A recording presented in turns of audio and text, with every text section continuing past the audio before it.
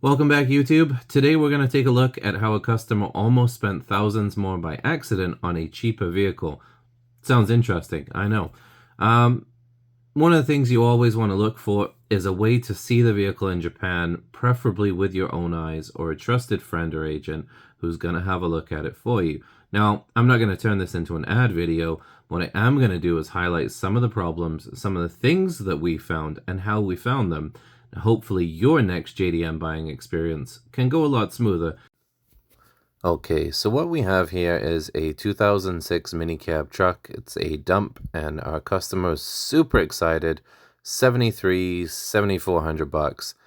Very clean looking, really done up nice in the pictures, and unlike most of these, the box seems to have no signs of rust or wear. Little blemish on the seat there, as you'll notice later, but it looks like a really clean truck. It's been staged nicely with these pictures. I think this is on Cars from Japan or something. Nothing wrong with them, but he asked us about it, and we decided to do a little bit digging, make sure it's as good as it says it should be, because, well, we've known him a long time. He's a good customer, and, well, any customer gets the same treatment. So when we have a look here, I went on this other website, and this is just a cross-reference, so same pictures, but then we get an inspection sheet on this one, and what you notice, so same vehicle, exactly the same. It's yeah, just check the mileage here, 69,000 kilometers. I mean, you can tell from the photos it's the same one, but yeah, this is exactly the same vehicle. It's got a grade there in the top corner, 3.5, and oh, look at all of those comments. Now, pay particular attention to the scratches on the paint. A2 I think is the size of a hand is the scratch. A3 is bigger than a hand.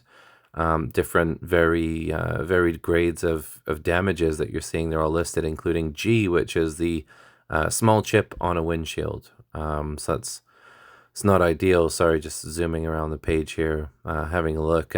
This seller's got a slightly different price for the same unit, essentially. This is from B Forward. So now what we did find in Japan is probably more like what he should have bought. And this is a local car, 56,000 kilometers, 2003, a little bit older, 750,000 yen. So Canadian, that's about 7,000 for the vehicle, but that's more like what I would be expecting to see for this type of truck. Won't have the windshield damage or the body damage.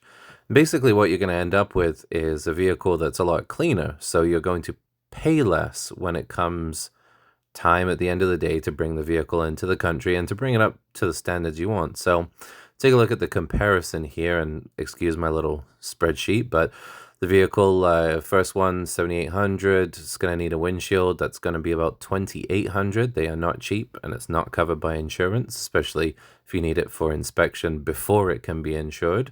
Paintwork to bring it up to standard of the other, $2,000. And again, you see on the actual one from Japan, nothing. Seat repair for that torn seat, we quoted the part at $472. So subtotal, yeah, you can already see we're winning. We're almost $3,000 cheaper for the car from Japan, and that actually involves bringing it into our office, inspecting it first. There's a whole bunch more freight, but it's just a better vehicle and a better product and a better process. It's a safer purchase. So the moral of the story here is don't always think you're getting what is advertised. It's not always as you think it's going to be. And sometimes trying to save money in the short term will cost you in the long run. So if you want to know more, please send us a message at info@sushicars.com, and we'll be happy to answer any questions. Get in touch and we can talk about your next JDM vehicle. But for sure, make sure you're safe. Do your research, guys, because not everything is as advertised. Yeah!